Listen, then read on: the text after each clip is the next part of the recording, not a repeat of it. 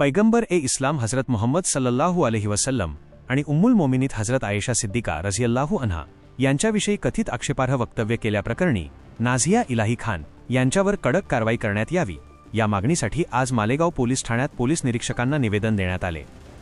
निवेदन सादर करताना मालेगाव शहरातील मुस्लिम बांधव आणि तरुण मोठ्या संख्येने पोलीस ठाण्यात एकत्र आले होते। धार्मिक भावना दुखावणारे वक्तव्य करणाऱ्यांवर कायद्यानुसार योग्य व कडक कारवाई करण्यात यावी अशी मागणी उपस्थित तरुणांनी पोलीस प्रशासनाकडे केली।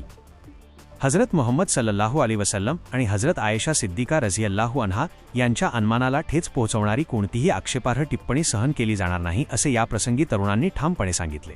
तसेच प्रशासनाने अशा प्रकरणांमध्ये तातडीने पावले उचलून शहरातील शांतता व बंधुभाव कायम राखावा असे आवाहनही त्यांनी केले। पोलीस अधिकाऱ्यांनी हे निवेदन स्वीकारले असून नियमानुसार या प्रकरणाची गांभीर्याने दखल घेतली जाईल आणि पुढील तपास करून योग्य ती कायदेशीर कारवाई केली जाईल असे आश्वासन दिले आहे। वाशिम जिल्हा प्रतिनिधी जावेद धन्नू भवानीवाले। अशा नवनवीन बातम्यांसाठी चॅनलला सबस्क्राइब करा आणि पाहत रहा MH न्यूज मराठी।